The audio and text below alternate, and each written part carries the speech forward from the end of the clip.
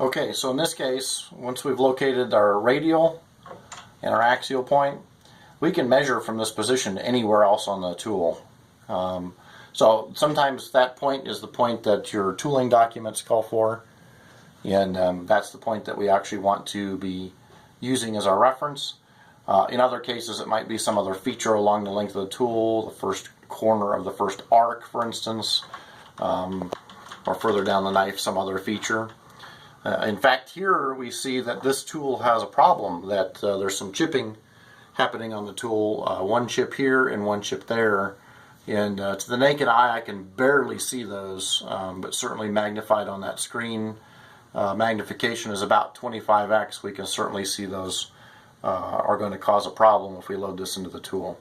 So this particular tool actually needs to go back to the grinder and be fixed or replaced.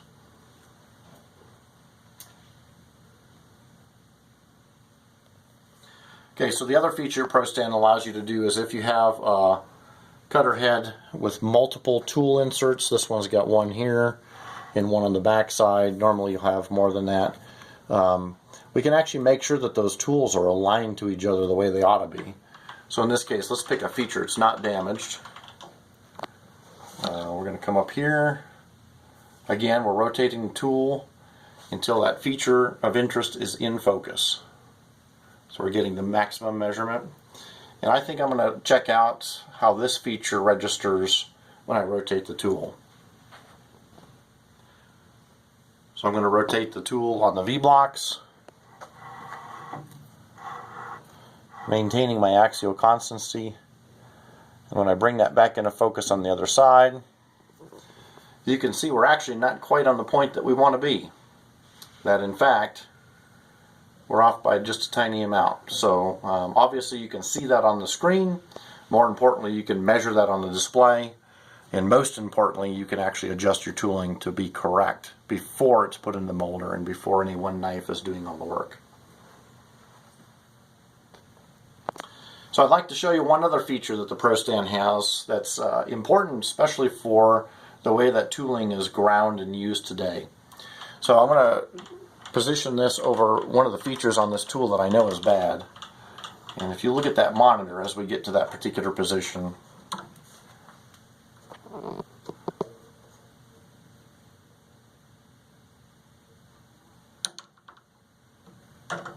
this is the edge of the tool, so it maybe isn't as big a deal as other times, but you can see right here on the edge of that tool that we've got a problem with bluing. So that grind or that edge was ground too hard or too fast. We've probably lost the temper in the steel on this tool. Now on the edge of the part that may not be such a big deal.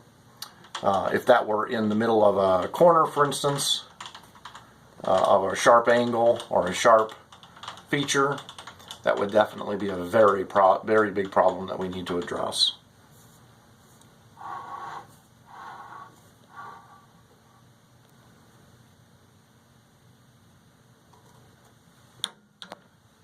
Make a couple of adjustments here real quick.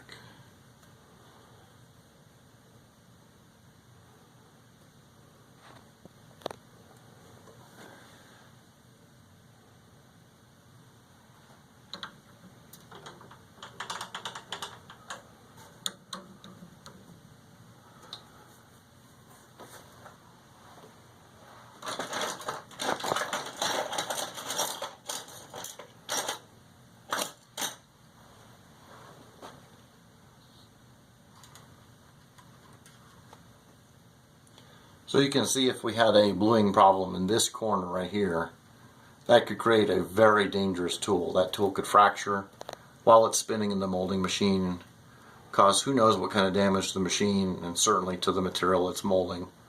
So look for bluing spots when you're taking your measurements.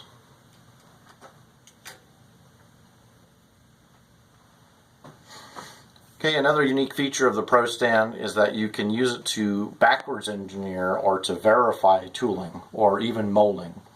So if you put a particular tool on here that somebody's brought to you that has some function, in this case we've got this big sweeping arc on the tool.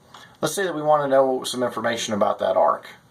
I can actually use this ProStand on the digital readout I'm going to measure the arc length. So on the readout over here, I'm going to press the display key, and you'll see that this cycles through several modes.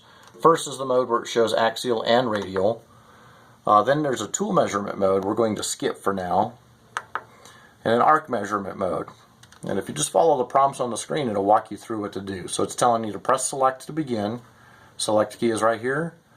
I press select. Now it's telling me to locate the first point.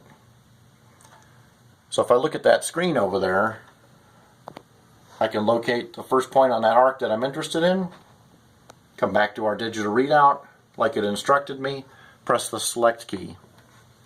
Now it's saying locate the second point and press select when we're done. So back over to the screen, we're going to dial in this case I'm going to pick probably the lowest point on this particular arc, come back to the digital readout. I'm going to press the select key again. It then instructs me to locate a third point along that arc and press select when done. So I'm going to come up here and pick the high point on that other end of that arc up here. On the digital readout, I then press select key, and it computes almost instantly the arc radius. When I'm done recording that or using that, I can press the select key. It'll show me the arc center points, both axial and radial. And when I'm done with that, I can press select and it'll show me the arc length.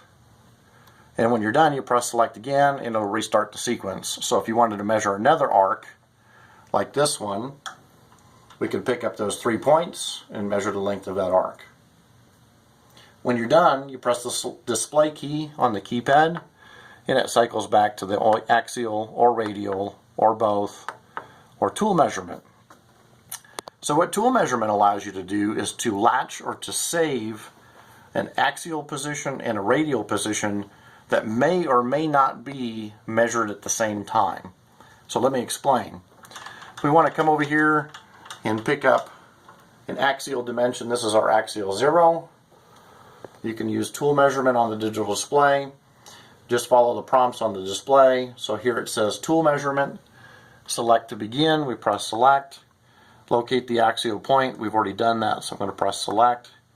Locate a radial point of interest. So in this case, maybe I want the minimum radial dimension on this particular knife. Just clear over here.